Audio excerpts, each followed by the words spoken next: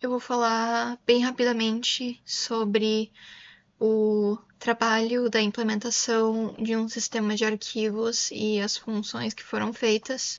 Eu vou falar só das principais, já que o vídeo tem que ser bem curto. Então, aqui, por exemplo, a função create, a gente vai checar alguns erros possíveis, tipo se o nome do arquivo for nulo, ou se o comprimento do arquivo é maior que 12, porque o máximo de caracteres do nome é 8 e o máximo de caracteres da extensão é 3. E se os dados forem nulos também, se não tiver nada no nosso arquivo de bytes, cairá numa exceção. O que a gente vai fazer aqui é basicamente calcular os blocos necessários, arredondando o tamanho do nosso dado pelo dividindo pelo tamanho do bloco. E se blocos necessários for maior que espaço livre, vai ter um erro aqui também de espaço insuficiente. A gente vai alocar um array de blocos com o tamanho baseado nos blocos necessários.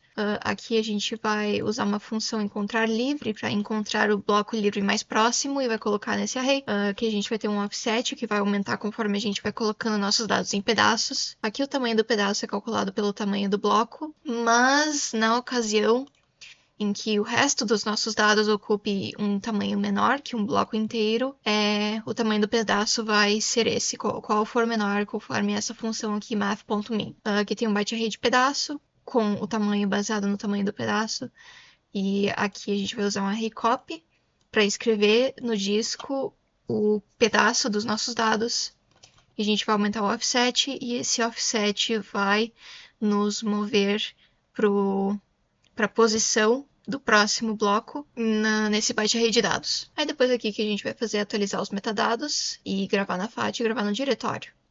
Aqui também eu vou falar um pouco sobre o read, é basicamente a mesma coisa. A gente vai transferir os dados para um byte array e vai retornar esse byte array.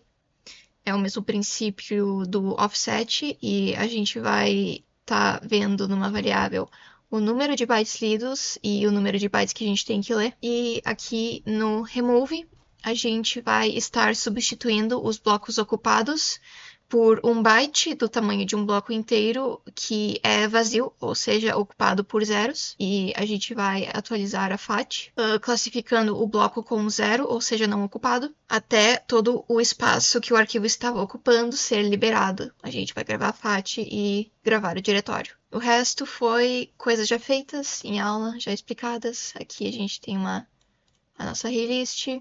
Aqui mais para cima a gente tem uma função usada que é encontrar os blocos livres, que é um loop percorrendo a FAT, e um para calcular o espaço livre, que também é um loop. E é isso. Eu vou falar só da função append, que foi a função mais difícil de ser implementada no código. Eu vou pedir para que o senhor ignore esses erros, porque eu estou usando uma versão diferente, mas a lógica que a gente usou para a função append é a mesma. A função append ela é responsável por adicionar dados ao final de um arquivo existente, e ela funciona da seguinte forma.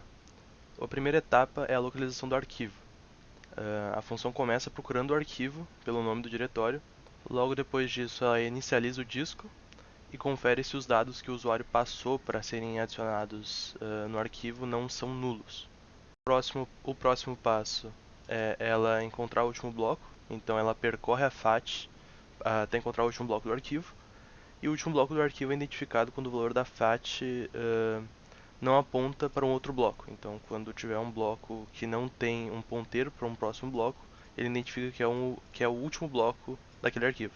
Ela também calcula o espaço livre, então ela calcula a quantidade de bytes que são ocupados no último bloco, determina o espaço livre restante no último bloco, calcula quantos bytes dos novos dados cabem nesse espaço livre e calcula quantos bytes restam para serem escritos nos novos blocos. Depois disso a gente tem a alocação de novos blocos, então ele aloca os blocos disponíveis na FAT, marcando como ocupado. Depois disso ele liga o último bloco original ao primeiro dos novos blocos alocados. A escrita dos dados do append acontece da seguinte forma: ele lê o conteúdo atual do último bloco, ele cria um novo buffer com os dados originais e ele escreve de volta no bloco. Essa parte representa os novos blocos alocados, então ele escreve os dados restantes nos novos blocos alocados e ele divide os dados em pedaços do tamanho do bloco, se necessário. E por fim a gente tem a atualização dos metadados, que atualiza o tamanho do arquivo na entrada do diretório e grava as alterações do diretório e na FAT do disco. E é isso, essa aqui é a função append como um todo.